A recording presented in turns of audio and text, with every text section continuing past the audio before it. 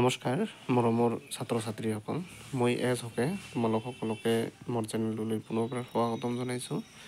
মই আজিৰ এই ভিডিঅ'খনত আলোচনা কৰিবলৈ ল'ম অষ্টম শ্ৰেণীৰ সমাজ বিজ্ঞান পাঠ্যপুথিখনৰ অৰ্থাৎ আনন্দৰাম বৰুৱা একাডেমী শিক্ষা সংসদৰ যিখন অষ্টম শ্ৰেণীৰ সমাজ বিজ্ঞান পাঠ্যপুথি আছে, সেই পাঠ্যপুথিখনৰে অধ্যায় 1 অৰ্থাৎ প্ৰাকৃতিক সম্পদ, ইয়াৰে মই যিকেইটা প্ৰশ্ন আছে অৰ্থাৎ অতি চমু উত্তৰকেইটা অৰ্থাৎ চমু প্ৰশ্নকেইটাৰ বিষয়ে মই আজি এই ভিডিঅ'খনত আলোচনা কৰিম। তোমালোকে ভিডিঅ'খন স্কিপ নকৰি সম্পূৰ্ণ চাবা আৰু যদি কিবা ঠাইত বুজি পোৱাত অসুবিধা পোৱা তোমালোকে মোক কমেণ্ট কৰি জনাবা আৰু যদি ভাল লাগে এটা লাইক কৰি দিবা আৰু বন্ধু বান্ধৱীলৈও শ্বেয়াৰ কৰি দিবা। ইয়াত আমাৰ পাঠৰ নাম হৈছে প্ৰাকৃতিক সম্পদ আৰু আমাৰ ইয়াৰ পৰা প্ৰশ্নকেইটা আৰম্ভ হৈছে। অৰ্থাৎ আদৰ্শ প্ৰশ্নমালাৰ 1 নম্বৰত আছে অতি চমু উত্তৰ লিখা আৰু ক'ত আছে যে প্ৰাকৃতিক সম্পদ কাক বোলে। তোমালোকে লিখিবা যে মানুহৰ কামত অহা প্ৰকৃতিৰ সকলোবোৰ উপাদানেই প্ৰাকৃতিক সম্পদ। অৰ্থাৎ আমাৰ কামত অহা প্ৰকৃতিৰ যিমানবোৰ উপাদান আছে সকলো উপাদানেই এটা কি প্ৰাকৃতিক সম্পদ। আৰু খ নম্বৰত আছে যে পৃথিৱীৰ উপৰিভাগৰ কিমান শতাংশ ভূমি। অৰ্থাৎ আমাৰ পৃথিৱীখন যে আছে তাৰ যিটো উপৰিভাগ আছে এইটো কিমান শতাংশ আমাৰ ভূমিখন আছে, এইটো হ'ব আমাৰ 29%। অৰ্থাৎ আমাৰ পৃথিৱীৰ উপৰিভাগৰ 29% আমাৰ কি ভূমি, অৰ্থাৎ মাটিৰ কথা কৈছে। ইয়াত গত আছে যে ভূমি সম্পদৰ এটা গুৰুত্ব উল্লেখ কৰা। অৰ্থাৎ যিটো ভূমি সম্পদ আছে অৰ্থাৎ ভূমি যিখন আছে এইটো এটা সম্পদ আৰু ইয়াৰ এটা গুৰুত্ব লিখিবলৈ গৈছে তোমালোকক। আমি লিখিম এইটোত যে উদ্ভিদ আৰু প্ৰাণীৰ আৱাসস্থল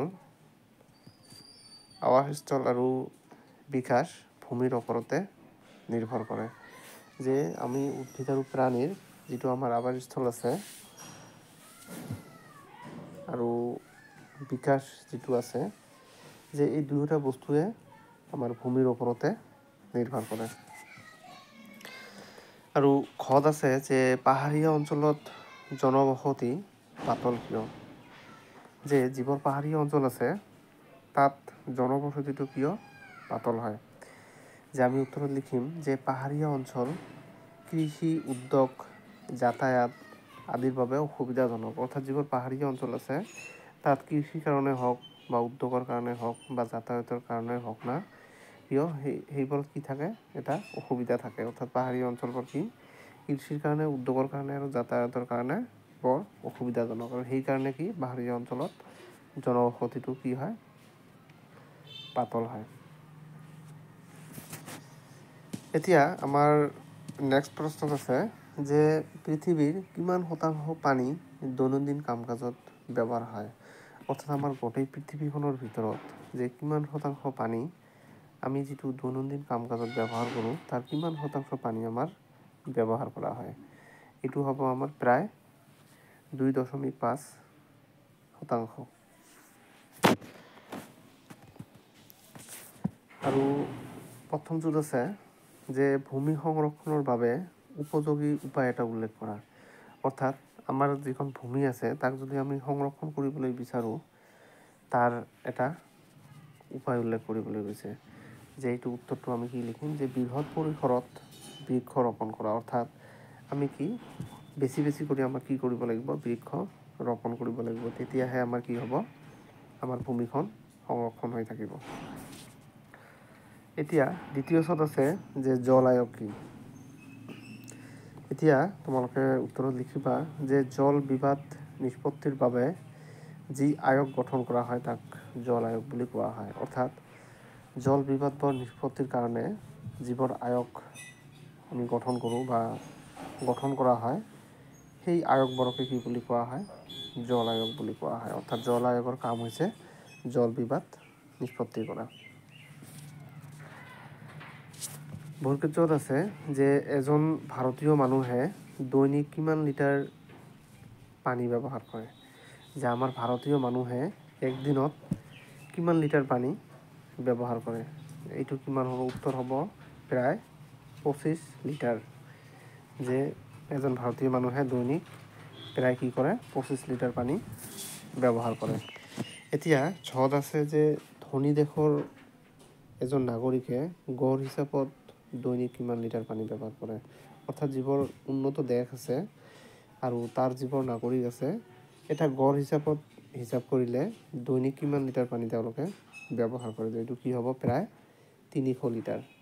যে কিমান হ'ব? প্ৰায় 300 লিটাৰ পানী ধনী দেশৰ এজন নাগৰিকে কি কৰে? গড় হিচাপত ব্যৱহাৰ কৰে।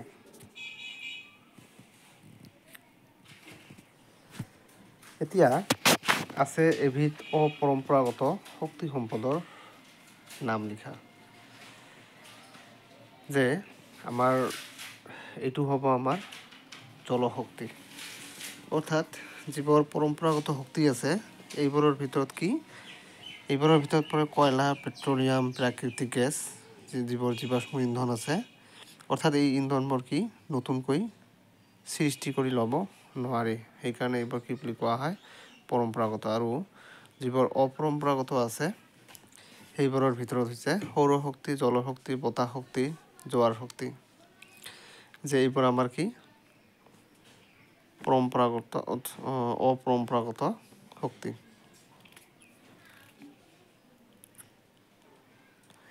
আৰু এইবোৰ আমি কি? এইবোৰ আমাৰ হৈছে নৱীকৰণযোগ্য। অৰ্থাৎ এইবোৰ পুনৰ আমি কি কৰিব পাৰোঁ? এইবোৰ সৃষ্টি কৰিব পাৰোঁ। অৰ্থাৎ এইবোৰ শেষ হৈ নাযায়। এতিয়া আমাৰ নেক্সটত আছে যে পনীয়া শণ কি? অৰ্থাৎ পনীয়া শণটো কি? যে তোমালোকে লিখিবা যে ই এবিধ জুলীয়া জীৱাশ্ম ইন্ধন। যে এইটো এটা ইন্ধন, কিন্তু এইটো কি জুলীয়া আকাৰত থাকে। অৰ্থাৎ ই এবিধ জুলীয়া জীৱাশ্ম ইন্ধন আৰু ই অতি মূল্যৱান সম্পদ। আৰু এইটো এটা কি আমাৰ মূল্যৱান সম্পদ। সেইকাৰণে কি কোৱা হয়? পেট্ৰলিয়ামটোক পনীয়া শণ বুলি কোৱা হয়। আমাৰ পেট্ৰলিয়ামটো কি হৈছে? এবিধ জুলীয় জীৱাশ্ম ইন্ধন। অৰ্থাৎ পেট্ৰলিয়াম কি ভূপৃষ্ঠৰ তলৰ শিলা স্তৰৰ মাজত জমা হৈ থকা এবিধ কি জুলীয়া জীৱাশ্ম ইন্ধন। আৰু ই অতি মূল্যৱান সম্পদ হোৱাৰ কাৰণে পেট্ৰলিয়ামটো কি বুলি কোৱা হয়? পনীয়া শণ বুলি কোৱা হয়। এতিয়া আমাৰ 6 নম্বৰত আছে যে সৌৰ চৌকা কি? যে আমি লিখিম যে সূৰ্যৰ শক্তিক সৌৰকোষৰ সহায়ত বিদ্যুৎ শক্তি উৎপাদন কৰিবলৈ ব্যৱহাৰ কৰা হয়। যে আমাৰ সূৰ্যত যিটো শক্তি থাকে সেইটোক আকৌ কি কৰা হয়? সৌৰকোষৰ সহায়ত বিদ্যুৎ শক্তি উৎপাদন কৰা হয়। আৰু এই বিদ্যুৎ শক্তিৰ সহায়তে কি কৰা হয়? সৌৰ চৌকাটো চলোৱা হয়। এতিয়া 10 নম্বৰত আছে যে জলবিদ্যুৎ উৎপাদনত কোনখন দেশৰ স্থান পৃথিৱীৰ ভিতৰত চতুৰ্থ। অৰ্থাৎ জলবিদ্যুৎ উৎপাদনৰ ক্ষেত্ৰত কোনখন দেশ পৃথিৱীৰ ভিতৰত চতুৰ্থ স্থানত আছে? এইটো হ'ব আমাৰ জাপান। ভিডিঅ'খন মই দীঘলীয়া কৰা নাই। আজি অকল চমু উত্তৰকেইটা আলোচনা কৰিলোঁ। আৰু ইয়াৰ পিছতে আমি 2 নম্বৰত যিবোৰ চমু উত্তৰ আছে সেইখিনি আলোচনা কৰিম। আৰু তাৰপিছত আমি যিবোৰ বহলাই আলোচনা কৰা প্ৰশ্ন আছে সেইবিলাক মই আলোচনা কৰিম। তোমালোকে যদি চেনেলটো ছাবস্ক্ৰাইব কৰা নাই ছাবস্ক্ৰাইব কৰি ৰাখিবা। আৰু বেল আইকনত ক্লিক কৰি অল নটিফিকেশ্যন ছিলেক্ট কৰি ৰাখিবা, যাতে মই যেতিয়াই নতুন ভিডিঅ'খন আপলোড কৰোঁ সেইবোৰৰ নটিফিকেশ্যন তোমালোকে সময়মতে পাই যোৱা। আৰু যদি ভিডিঅ'খন চাই ভাল লাগিলে এটা লাইক কৰি দিবা আৰু বন্ধু বান্ধৱীলৈও শ্বেয়াৰ কৰি দিবা। যিয়ে নহওক তোমালোকে মোৰ ভিডিঅ'খন শেষলৈকে চোৱাৰ কাৰণে ধন্যবাদ জনাইছোঁ। থেংকছ ফৰ ৱাচিং।